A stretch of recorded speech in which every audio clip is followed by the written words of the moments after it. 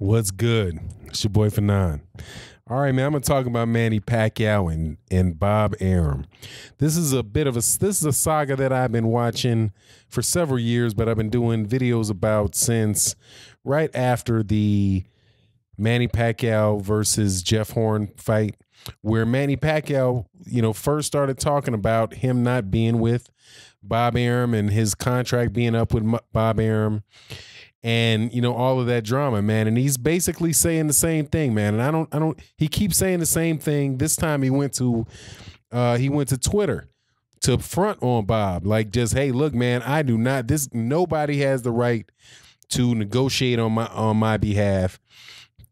And look, man, I guess got to tell you, man, I'm really happy about this for Manny Pacquiao. I've been talking about it for a while. A whole bunch of Manny Pacquiao Pacquiao fans, because I'm a Manny Pacquiao fan. I'm not a guy that is going to just say, any old thing and just, say that Manny Pacquiao's, the greatest fighter ever to walk the earth or any of that stuff. But I just have a tremendous amount of respect for Manny Pacquiao as a fighter. I think he's an exceptional athlete, and he's always given me a lot of entertainment. And the only beef that I've ever really had with Manny Pacquiao is more connected, similar to Vasily Lomachenko, is more corrected around, the hype that went on around him and the way that his over-the-top fans treat other boxers, right? But as far as Manny Pacquiao the person and Manny Pacquiao the boxer, I'm a fan, and I really do wish him the best. And in the last few years of his career, I really do wish him the best and want to see him, do the best for himself, do the best for his family. And I really do believe that one of the best things that he can do, for not just for himself but for other boxers, are to show that they can be their own promoter. That when they get their name to a certain level of recognition by hardcore boxing fans and by casual fans, that they really don't need somebody to tell the world who they are, as much as they need people to help them take care of the nuts and bolt details of setting up a fight, collecting the money, paying out the money, organizing the fight, right? Negotiating the contracts, all that stuff. They can have people that work for them that do that, and they don't need to sign their life away and completely be owned by and have their career directed by a promoter. So Manny Pacquiao had said that through his representatives had said that his contract was up with Bob Arum at the end of December of 2017. And I recall Bob Arum having said the same thing when he signed his last agreement with him. When he said that, the last time that Bob Arum had re-upped with him, he said that this contract goes through the end of December 2017. So by Bob Arum's own words, that contract should be up.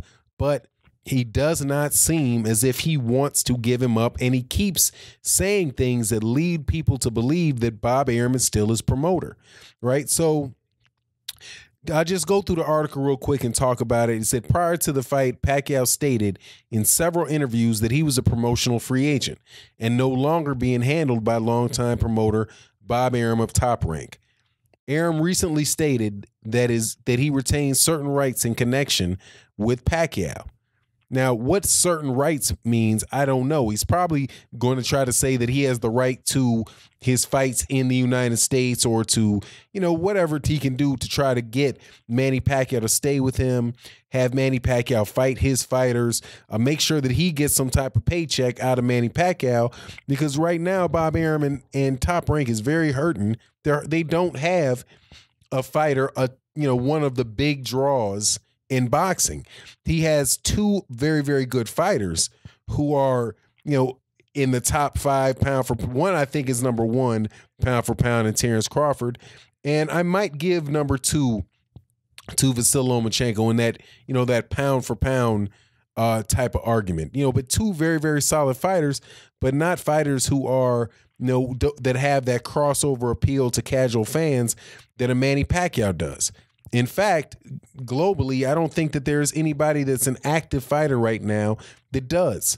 Clearly, Floyd Mayweather Jr. does, because Floyd Mayweather Jr.'s Manny Pacquiao's name was closely connected to Floyd Mayweather Jr.'s, but Bob Arum doesn't have that.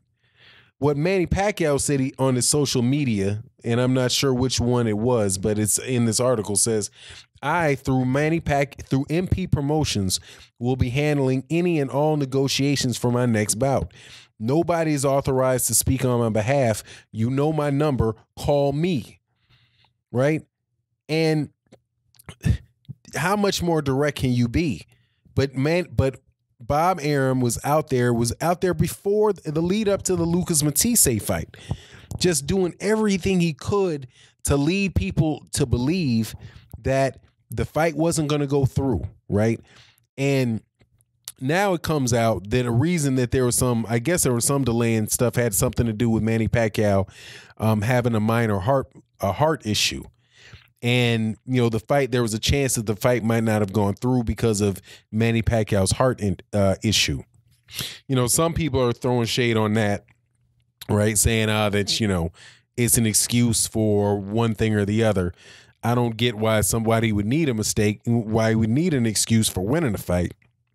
But, whatever it is, there was some hold up to it, and Bob Arum the whole time was letting everybody know that there is a problem with the fight. He doubted that the fight was going to come through. He doubted that he was going to be able to, show up with the money. And then he says these things like this. Oscar De La Hoya did it, warning about boxers being their own promoter. Oscar De La Hoya did it for just a couple fights. Mayweather did it a little longer, but Oscar had a whole group of people, including Schaefer, backing him. When De La Hoya was a fighter, he didn't attend to business. He was a fighter, and the fighters were promoted in the name of Golden Boy at the end, but it wasn't Oscar really promoting them. Now Manny, because he's Manny, wants to do everything, and that's not good, right? Talking to the Manila Times. But that's Bob Arum saying things that aren't true. And because first of all, Oscar De La Hoya, I do believe, was a promoter before Floyd Mayweather Jr. was. And but maybe what he means is that Floyd did it for a couple fights as an actual fighter. And Mayweather had his own promotional company longer when he was actively fighting. So that's probably what he means, and that would be true. But here's the thing, man. If you do have people, like what he said, Oscar had a whole group, including Richard Schaefer, backing him.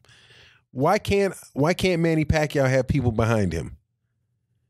Does he expect people to believe that there's nobody in the Philippines that can count? There's nobody in the Philippines that can count money? Because what he's talking about is needing a bookkeeper, making sure you know how much money's coming in, how much money's coming out. What would prevent Manny Pacquiao from hiring somebody that knows how a certified public accountant, somebody that knows and hiring maybe a smaller promoter, who has experience in promoting, and having them tell him what, working with him and handle a lot of the day-to-day details, but letting him know what's going on. At the end of the day, the decisions that are going on, the buck stops with Manny Pacquiao. That's what Bob Arum's doing. Bob Arum's not handling every day-to-day detail in Top Rank. The dude's 90. The guy's almost 90 years old. There's no way he's doing all of that stuff, right? He has a team. Bob Arum has a team of people that work for him. So I think it's just a little hypocritical for him to say, and not naive, but just flat out dishonest to assume that, or try to lead people to believe that Manny Pacquiao doesn't have the ability to delegate work to people and understand what it is, how boxing matches work. The guy's been a professional boxer for, since he's 16 years old. He's 39 now. He's 40. What is that? Come on, man. He's been there he's been a professional boxer for over 20 years. How many times does he have to see a fight? How many fights does he have to fight before he realizes what's going on in the setup of a fight, in the promotion of a fight, in the production of a televised event? What would prevent Manny Pacquiao from being able to do that for himself? Provided that he has a group of people that he can trust that support him. So, it is what it is, man, with Bob Arum. But clearly, Bob Arum wants everybody to believe that Manny Pacquiao is still with him, that Top Rank still has certain rights in connection with Manny Pacquiao. If the contract expired, if his deal with him expired in December, why would he have certain rights in connection with him? And did you also notice how before he would talk about how he let Bob Arum was talking about how Manny Pacquiao, really didn't want to fight in the United States because he had those tax issues.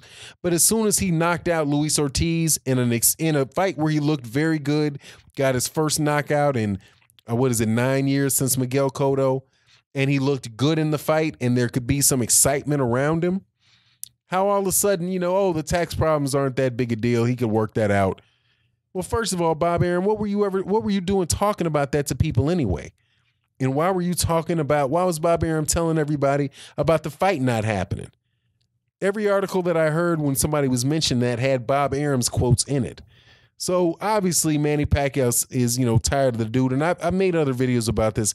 I certainly hope that Manny Pacquiao works with some other people to get some good fights.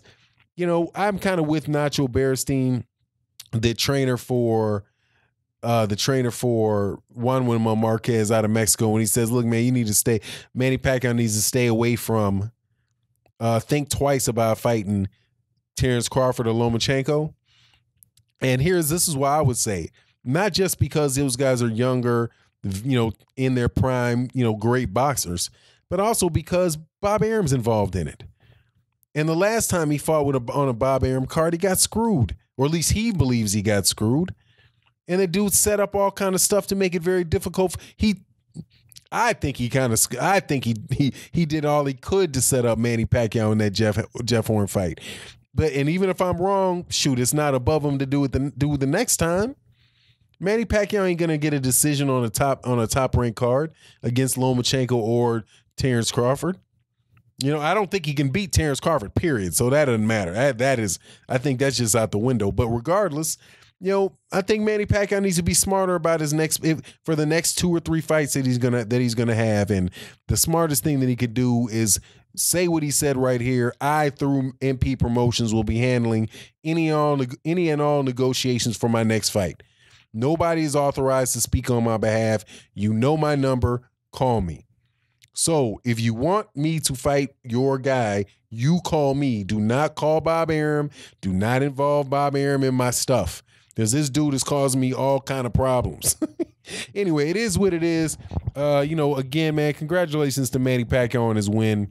It's good to see him, look really good. I was worried about him going into that fight and how he would look, but hey, man, dude proved me wrong. He looked good, and we'll see what's up next, man. But for the next 2 or 3 fights that he's gonna have, but eventually he's got to wind it up. And if he can use his career, his last few fights to build up his promotional outfit, more power to him, man. I wish him the best of luck.